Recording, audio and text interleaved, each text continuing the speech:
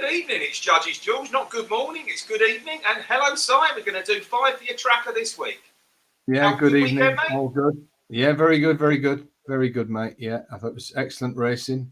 My only thought quickly, so I know we're going to crack on, but and I don't want to waffle too much, but it was very obvious both at Newmarket and Ascot that horses were winning from the front. And if you just have a look at a couple of rides, Mr. Crowley gave very strong favourites, one on Friday, one on Saturday. I listened to a podcast last night. I'll mention it, the Bar Steward, where one of the guys said that neither horse was given any possible chance of winning. And he's becoming a serial offender at that lark. So, yeah, bit annoying if you were on them. But when will jockeys realise, Judge, if horses are winning from the front in all the other races, might be an idea to be on terms, perhaps? Just a thought for the week. Yeah, it is frustrating sometimes. I mean, I think a good example of that was at the Curragh Leopardstown on Champions Day over there, when our jockeys, let's say, got caught napping by the locals. You know, you needed to be on the front end there. It's no good being held up too far back. But enough jockey bashing for now, anyway, he says, until we go through a few of them. My first one's going to be on the Friday, Simon, at Ascot. It ran in the 5:05 at Ascot, the sprint handicap. And I'm going for a 3-year-old here, also called English Oak. It's only had, now that's its 5th start. That's his second run in a handicap. And he was right back in trip from a mile to 6 furlongs. Now, this race was dominated by horses who were drawn up the rail, drawn high. Now, English Oak was drawn 10, but he didn't run up the rail. He ran in the middle of the track. And for me, he's run a belter. Back in trip, I think sprinting could definitely be his aim. The form of his Silver Sword run, the 8th behind Silver Sword, was well franked previously. And also he was third to Jeff Coombs, who ran very well also on Friday and got beaten at photo finish. So for me, he's one to follow, this English Oak. I think he's going to be in front of his mark. So keep him in your tracker. Yeah, I really like this race. I think it's going to be really strong form. Rohan, of course, came back to form. The dream run up the rail. They parted like Moses. Yes. I did Lethal Nymph. Each way the first 4, he finished 5th. Run a really strange race because he was up there at the start, then went flying back through the field. You thought, oh, what's up here? Then he flew again the last half furlong. So I don't know what to make of Lethal Nymph's run. Mitra's on fire, gives it a good, strong form look. Being so close to Rohan, just getting beaten a neck at Ascot, where he's got so many good runs. I think you can mark English Oak up. And of course, Judge, he's only 3. He's improving. Exactly. Yeah. I think he could be a horse to do some serious damage with it in these Ascot sprints next year. I would certainly get him in your tracker. And he clearly goes on fast, but on breeding, he should go with plenty of cut as well. And he's with the right yard. Ed Walker's had an incredible year. And I think English Oak's going to have a major say in some of the big Ascot sprints next year. I also think there's one in behind to keep a little eye on. It's called Yassir. He might pop up in one of these northern handicaps up at Ayr or somewhere around up there. He ran a lot better than his 4th suggested. But the real progressive horse in this is English Oak. Like you say, Rohan is 5 wins now at Ascot, bang solid. And don't forget, like I say, the next few home all went up the rail that day, and he didn't. He travelled with a lot of the land. So what's your first one then, mate? My first one, my 2 are actually at Redcar, the Goodwood of the North, as it's not very often described as.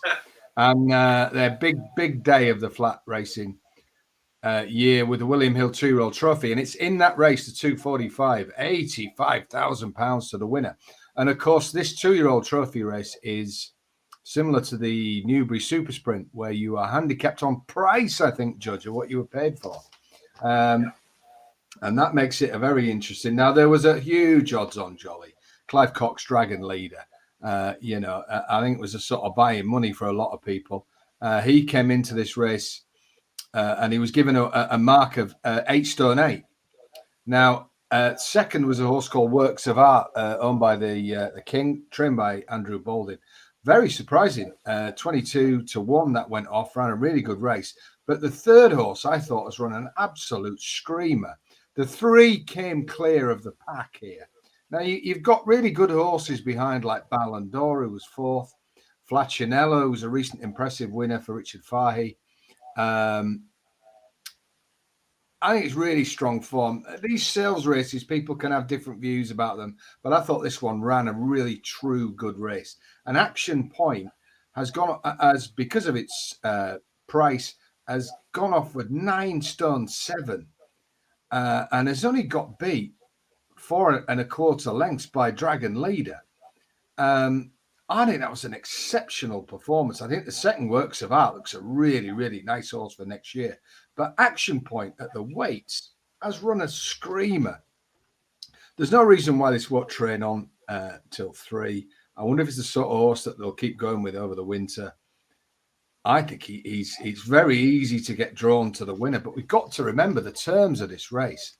Action Point 9-7, Dragon Leader 8-8. If Dragon Leader is an exceptional 2-year-old, which I'm sure he is, Action Point has run some race judge to get within 4 lengths of him. Exceptional performance, really, really strong race that was run, from the gun. It looks solid form to me. I keep an eye on the front, on the second and the third. I mean, the leader is what he is, but I think they might get forgotten here, and people might forget that he's run a mighty weight performance here, Action Point, for Archie Watson and Holly Doyle. Yeah, he did run very well. Interestingly, Dragon Point went a decent pricing run. He went 4-1 for an odds on boat. He did look beat for a little while. I'm surprised he went as big as 4s, but the Action Point is a listed winner and run very well in Group Company, Group 2 and Group 3 Company. I think this might have been his best. This might have been his best performance ever, even though these. Yeah, I mean, I bear in mind trying to give weight away, like you say, to that good thing. But I actually think this could be running sort of like the all-weathers finals day. You can see it being trying to be qualified for those sort of races. Because obviously he did win on the all-weather, and you can see them having that kind of campaign, can't you? Be running like a 3-year-old.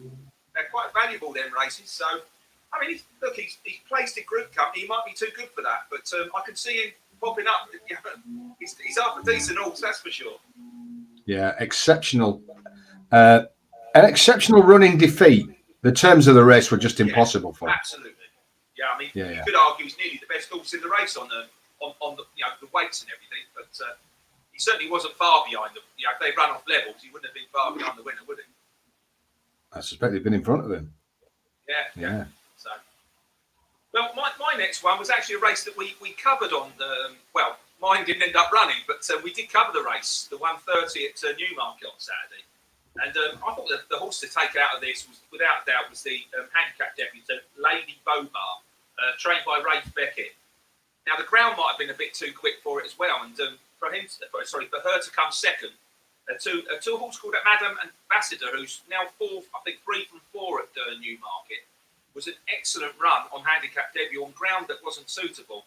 To me, she's definitely in front of her handicap mark. She'll probably go up a couple of pounds for this good run. But I can see her being a little bit better than this, and I wouldn't be too surprised if she's not sort of listed class at least going forwards. And get a little bit of cut in the ground by the end of the season. I can see Rafe having her out again one more time before the season's out. What did you make? Well, first thing is what a huge gamble on the horse. Incredible. Yes.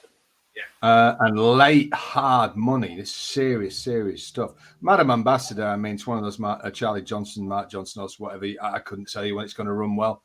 Or when it's going to finish last, but it's obviously capable of really strong performances.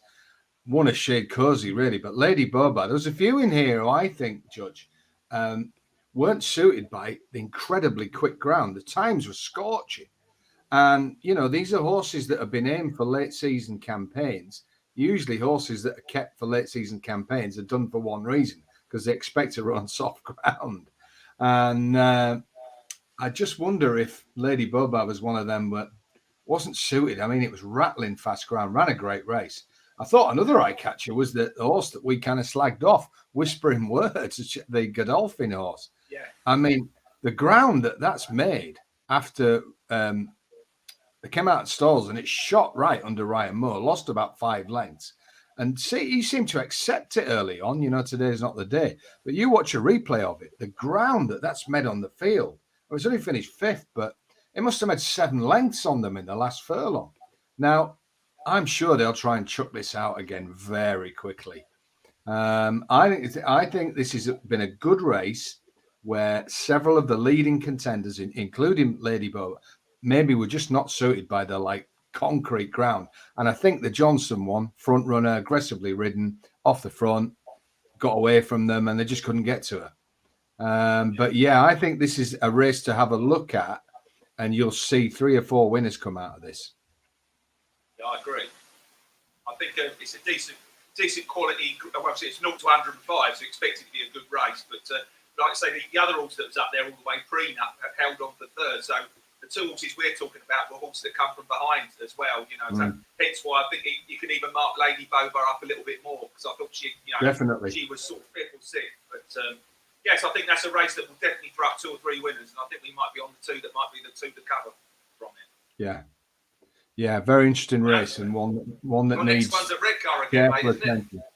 Yeah, back to Redcar, and I'm going. I think one of the things that's good about what we hope is good about what we try and do is maybe get people to look at races that they would just completely overlook, and winners keep banging in from these, so we seem to be doing it. And there was a really interesting race, 320 at Redcar, and I'm sure after the 2-year-old trophy, most people switched over to Ascot or kept an eye on Newmarket and maybe let Redcar go off their radar. But I think it's going to turn out to be an incredibly informative race. Now, a Class 4 EBF Stallions Novice Stakes, and there was 2 divisions of it, but this one was Division 2.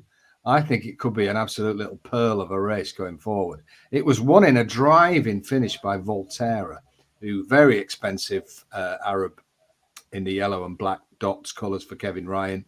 Tom Eves took the ride, very green, very babyish.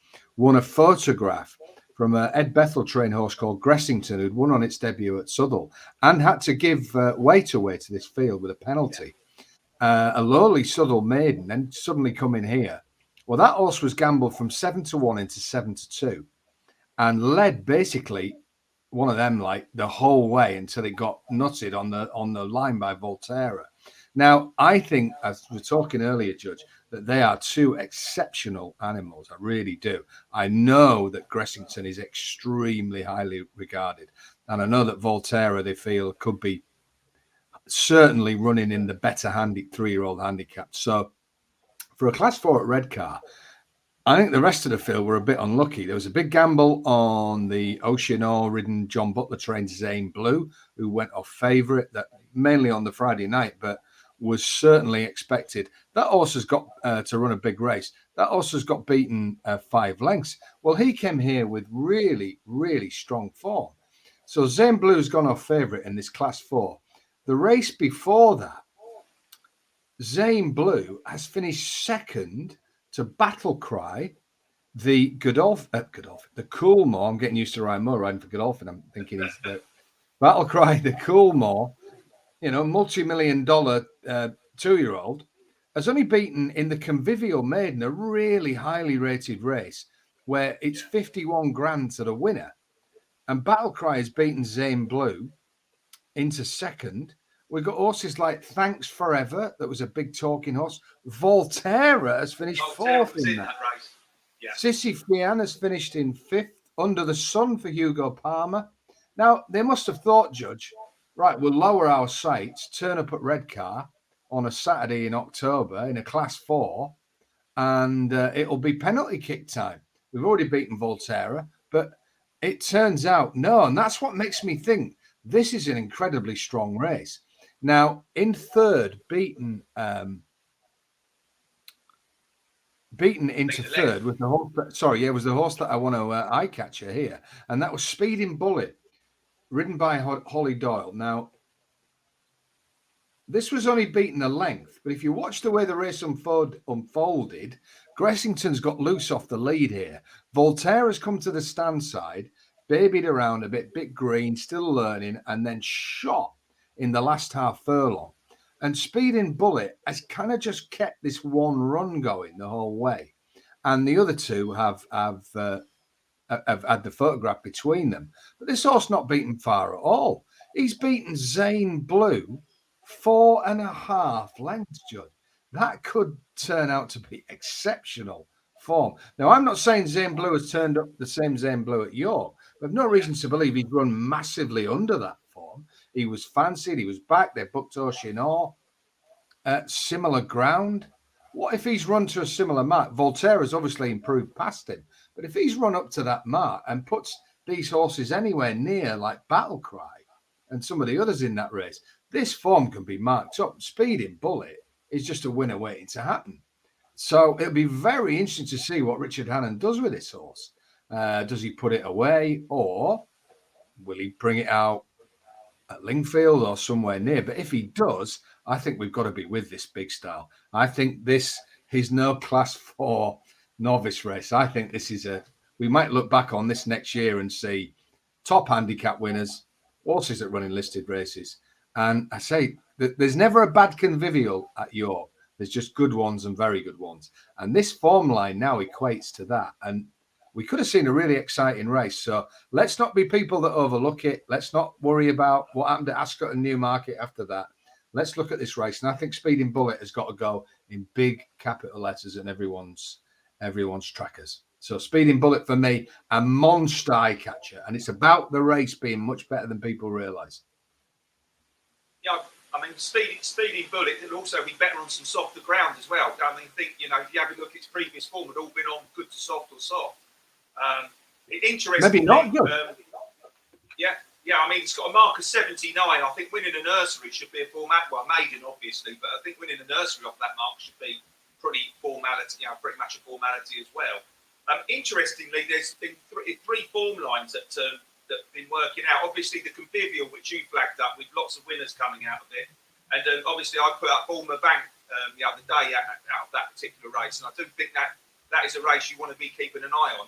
Now, obviously, Volterra came out of a race at Ayr on Saturday. Come out of an Ayr race previous, and the previous winner at Redcar was also that beat Volterra. So basically, the form line of that race was franked. So that the first and second of that race both come out, won both editions.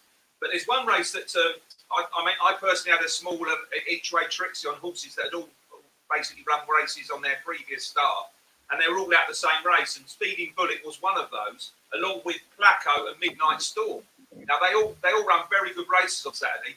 And like I said to you earlier, I missed a horse called Brave Call, that also come from the same race. Now that came third. So if you look at the Blue Lemons race on the 12th of September at Leicester, people look at that race and see all the horses that have come out of that race since. Now, it's been very good form, but hardly anything's come out and won. They've all run very well in good races since. So I've been inclined to keep an eye on the other horses that haven't run from that race and have them in your tracker too. So have a little look at that race. But the horse that you flagged up there for me is definitely a tracker or Speeding Bullet. Will definitely win a maiden as a formality, but could win a nursery too and go on to better things next year as a 3-year-old. It's interesting that the Leicester race you're talking about, where Blue Lemons won the race, and obviously it's a stablemate of Speeding Bullet. Yes. Yeah, now, right. on that day, Speeding Bullet went off, I think 6-1, and Blue Lemons won at 22-1. So that would suggest that at the time, anyway, the yard maybe thought Speeding Bullet was the best prospect. Now, you never know that, and then that may just been a market thing. But that's quite an interesting aside, isn't it, as to where they might be in the stable pecking order. Yeah. He does look a grinder, doesn't he? Because he literally just kept plodding or kept banging away, didn't he? I think he'll get further. Get further. Yeah, I do, yeah. I like the performance as well, so it's a good run. Well, we've given that a right stamp of approval, that one. And, well, I'm going to my last one is not quite such an obvious one. I did actually tip this horse up on Saturday. It has become a little bit disappointing, but I do think this horse is going to get dropped again for the run on Saturday. The horse we're looking at was out, just get the right race, the 4:45. I think it's the last race at Ascot on Saturday, the sprint handicap, where interestingly you need to have eye draw normally. Well, all the low draws got out and across, and the eye draws didn't have much chance. And interestingly, it was fought out between all the low draws. Two horses caught my eye in the race. Brave Nations is his first decent run as a 3-year-old for quite a while, but he had a clear run of things all the way. The horse I really want to mark up is a horse called Existent. Now, this horse was obviously group placed. It's got right back class. running into the hundreds. And he started this season off a mark of 101, running in Group 3. Only got beat 4 lengths in the Palace House, I think, at Newmarket at the start of the season. Now, he's gradually dropped and dropped and dropped, and he's down to a mark of 90 now. On Saturday, he missed the break, got boxed in on the rail, switched, got boxed in, came through, and got beat 6 lengths, but only got beat a couple of lengths for a place. Now, this was a much better run than it looked. Now, he's a bit of an old rogue now, maybe, but I think he's just the type someone's going to forget about, and he's dropping to a mark that he's going to be very handy and well in. And I can see before the end of the season, I can see him popping up in one of these half-decent handicaps at sort of double-figure price and outrunning his odds. And I will be surprised with a decent break if he doesn't actually pop up and win one of these. Because when you look at his back class, even like 3 or 4 runs ago, he was beaten 2 lengths by Call Me Ginger at Ascot off a mark of 97. So that's £7 higher. He's well up to winning off a mark of 90. So he's going to get dropped for sure. You think a couple of pounds down to about 88. A 0 to 90 should be well within his grasp. So it's existent is my last one for the tracker.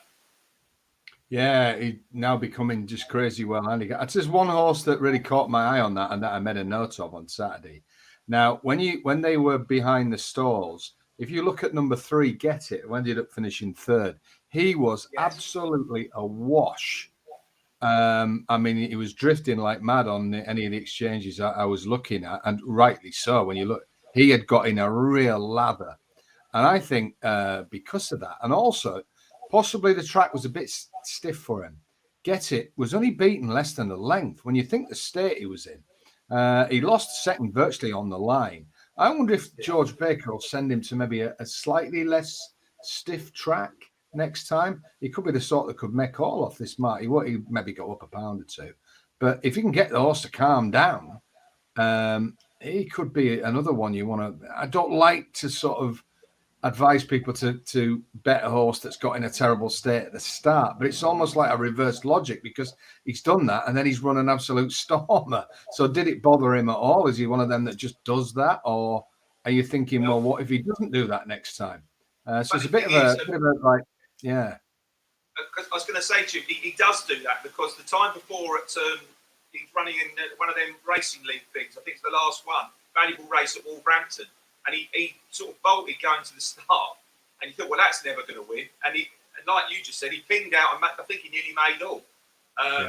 And he is obviously lives on his nerves quite a bit, the horse. So he must have unbelievable potential. He's like say running his race beforehand. You'd almost think he must be nearly sort of certainly listed, if not Group 3 standard. If they can actually harness that a little bit more and get him to the start without actually expending too much energy.